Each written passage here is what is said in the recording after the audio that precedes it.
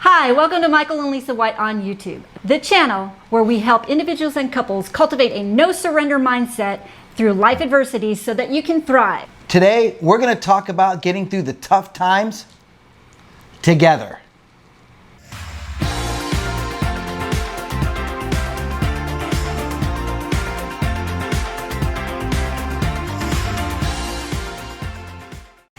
Oftentimes we talk about topics that are really lighthearted. Today, we're going to be talking about something that's really serious. We all have times that are tough, times that create tension and confusion for the people we love and the ones who love us. Times that as couples can create distance, can cause us to work on these challenges as individuals or alone while in the same house. These times not paid attention to, not talked about, not worked on, can eventually lead to distancing, feeling very much alone, and separation. One night, we awoke to a man at the foot of our bed. A total shock and surprise for us.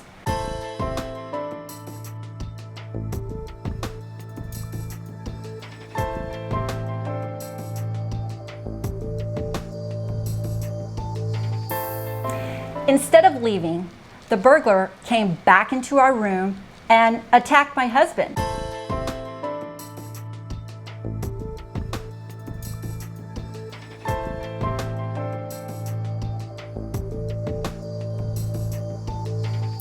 Little did we know that this guy had taken a knife from our very own kitchen upstairs before coming down into our room to steal our stuff. Mike immediately jumped out of bed and grabbed this guy and began to fight with him. I thought he was having a bad dream. I'm a fighter. I jump into the fight to help my husband. We eventually got him down on the ground, sandwiched in between us. To make a long story short, at the end of the fight, Mike had been stabbed 9 times, twice in his spine with several lacerations throughout.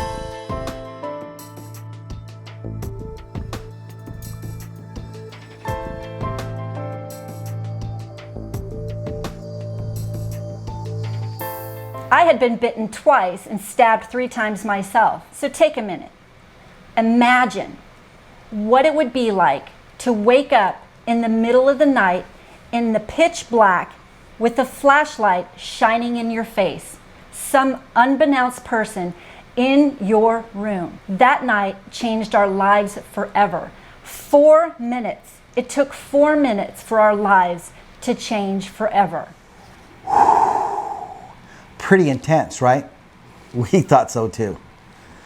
At the time, we had no idea how that 4 minutes was going to affect the rest of our lives.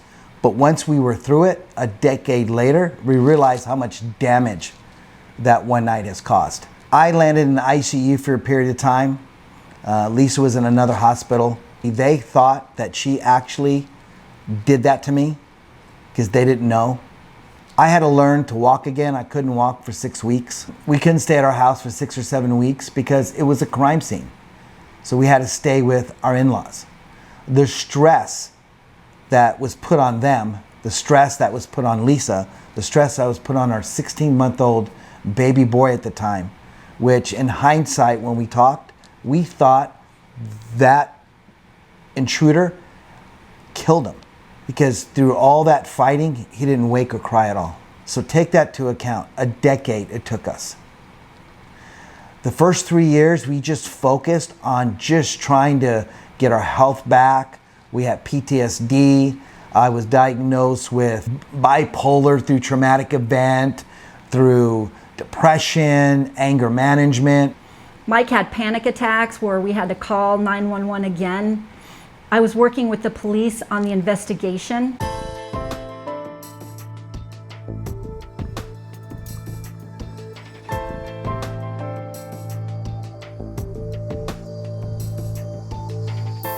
And of course, we had the unsurmountable amount of medical bills that were pouring in. Yeah, I was hallucinating, imagining this faceless guy walking into the house, attacking my family, and I couldn't actually get up and do anything. So things just spiraled out of control for us financially, physically, spiritually, mentally, and emotionally. And as we talked about, it created space between us. Even though the same event happened, we were dealing with it differently as individuals, but we were in the same household. So what we share with you is not theory, is experience. It's experience and how after 7 years, it seems like we looked at each other like, who are you? Who are you? Let's try to put it back together again. And it's about a decade for us just to feel normal, have a new norm in our life. Exactly. What we want to share with you is just a few things that helped us get through the tough times together. Look, there are studies that show that the rate of marriage has decreased. The rate of divorce has decreased over the last 20 years. That's surprising, right? It surprised me reading it. Despite the facts that I just said, experts predict that 40 to 50% of marriages happening today will ultimately lead or end in divorce. Now, those numbers do not include long-term relationships. Remember, marriages are down. So that means people who are living with each other, staying with each other, not married, has increased. In the same study, they also look at when there's conflict or challenges within the marriage. Usually it's between years 1 and 2, and then again years 5 and 8. Those numbers of 40 to 50% does not include any traumatic, horrific events like violent crimes, maybe loss of a child, or an addiction in the family that tends to lead people to separate if they can't stay together and seek help. The study shows that the most common reasons people get divorced, listen to this, they're too young when they get married. They argue excessively, or there's infidelity. We're going to share 3 things that helped us get through the tough times together. Tip number 1, you have to make a decision not to allow it to separate you. See, Mike and I, after that event, it took us a little while, but eventually we came to the agreement that we were not going to allow that one night, that one man, to continue to hurt us again and again and again for years to come after that event happened. We simply refused to quit, to separate, to divorce, to let it come between us. We made a decision that we were not going to surrender to that person. That decision wasn't all the time concrete, meaning there's the times I told Lisa and I asked her that I'm no good for you. You need to leave. You need just to take our boy and get away from me because I was a disaster. I was a time bomb waiting to blow. Because of those events. Yeah. You have to make a decision. What is the thing that's separating you? What's the thing that is making you weak? You have to make a decision to not let it beat you. Whatever words you need to use, you need to write it down, you need to scream it, you need to punch it. You need to make a decision to not allow that thing, that person, that situation beat you. Number 2. You have to work on yourself first. You can't fix the other person. We had different processes for working through that event in our lives. Sometimes one of us would be moving quicker through the healing process than the other, depending on what area we're in.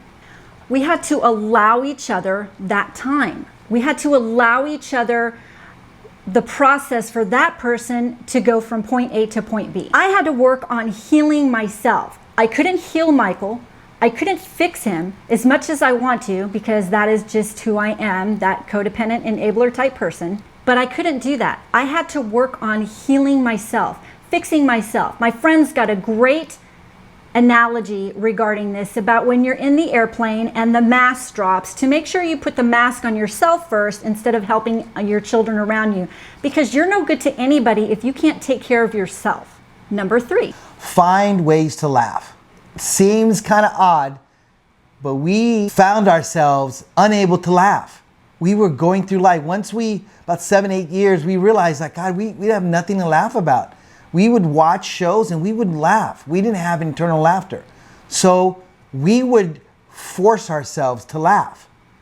I know it sounds silly, but we would sit there and I would laugh. Here's an example. I would sit there and go, ha ha ha ha ha ha ha ha. And there's a little thing that I do with Lisa now that makes her laugh, is where I used to look at her and go like this.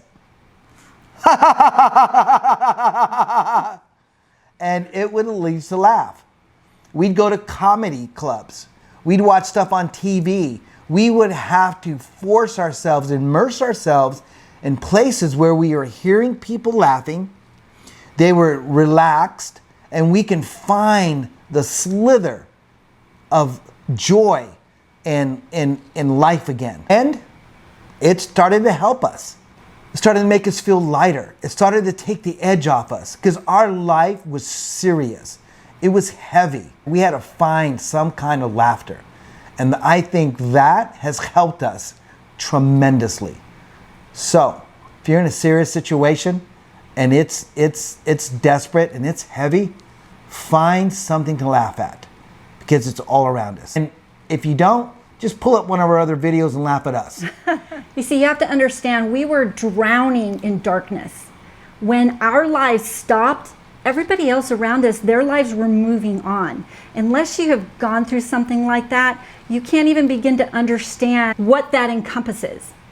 So trying to laugh through that, trying to find joy when you have a 16-month-old boy, that was a challenge. We had to force ourselves to find joy, to smile, to engage with our child so that he wasn't receiving the trauma of what we went through on the other side. Hopefully, these 3 things, some of the things that helped us, that you take into account. Number 1, decide for yourself, not give in.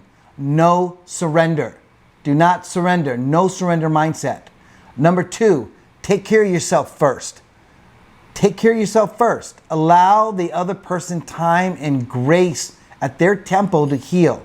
Long as you two connect and say, are you healing? Are you healing? Just check in with each other. Long as the situation, you're not hurting each other or hurting someone else. And number 3, learn to laugh. Find things of joy. Force yourself. It's important. So for more content just like this, make sure you subscribe. Yeah. And that you hit the like button. Until next time, bye. Bye.